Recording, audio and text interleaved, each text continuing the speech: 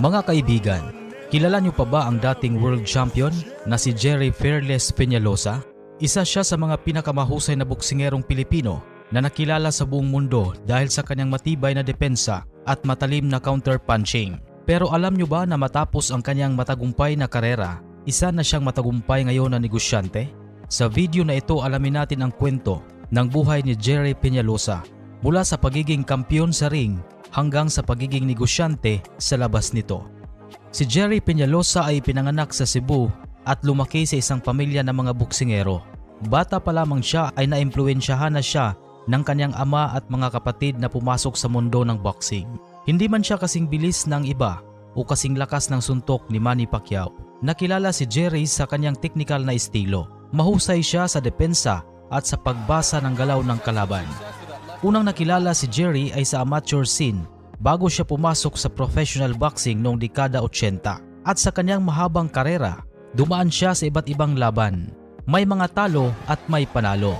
Pero ang pinakatatak niya ay ang pagiging matyaga at matalinong boksingero.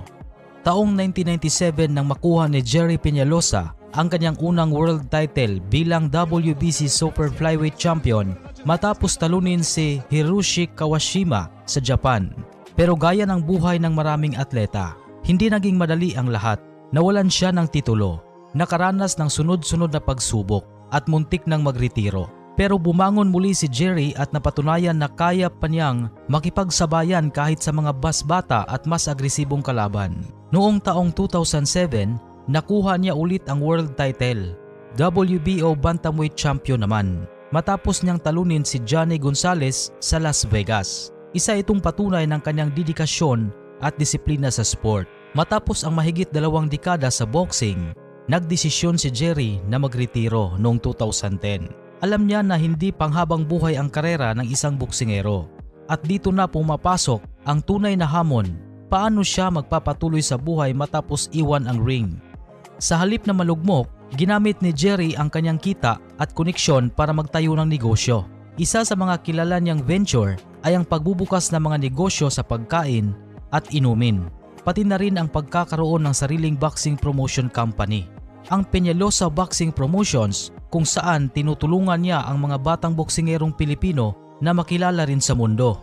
Maraming nakakapansin na maswerte si Jerry Fearless Peñalosa sa kanyang napapangasawa na si Goody Peñalosa. Ayon sa karamihan, malaki ang naging suporta ni Goody sa kanya, hindi lang sa panahon ng laban, kundi lalo na matapos siyang magretiro sa boxing. Madami ang nagsasabi na swerte siya dahil bata at maganda ang kanyang asawa. Naging inspirasyon ito sa kanya habang lumalaban pa. Nakasuporta si Goody sa negosyo at personal na buhay niya ngayon. Mapagmahal at nakatuon sa pamilya. Kaya sa mata ng marami, bukod sa pagiging matagumpay bilang boksingero, panalo rin si Jerry Peñalosa sa kanyang buhay pag-ibig. Ngayon, kilala si Jerry bilang isang negosyante na marunong magpalago ng kanyang pinaghirapan. Mayroon siyang mga negosyo sa Quezon City at iba't ibang lugar sa Pilipinas. Isa sa mga naging popular ay ang kanyang bar at resto business kung saan madalas siyang nakikitang personal na nag-aasikaso. Bukod doon, nananatili siyang aktibo sa boxing scene sa pamamagitan ng kanyang promotions na nagbibigay ng oportunidad sa mga kabataan para maipakita ang kanilang talento. Kung tutuusin, masasabing hindi lang siya naging kampiyon sa ring, kundi pati na rin sa labas nito bilang negosyanteng may malasakit sa kapwa. Ngayon kung makikita natin si Jerry Peñalosa, malayo na ang kanyang buhay mula sa mga araw na siya ay araw-araw nagtitraining at sumasabay sa hirap ng laban. Masaya na siya sa piling ng kanyang pamilya at abala sa kanyang mga negosyo.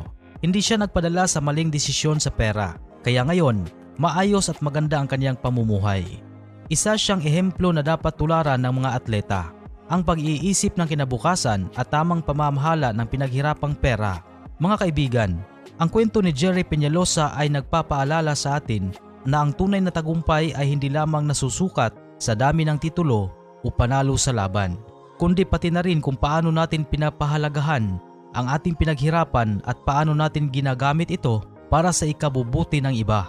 Mula sa pagiging isang world champion, ngayon ay isa na siyang matagumpay na negosyante at mentor ng mga kabataang boksingero.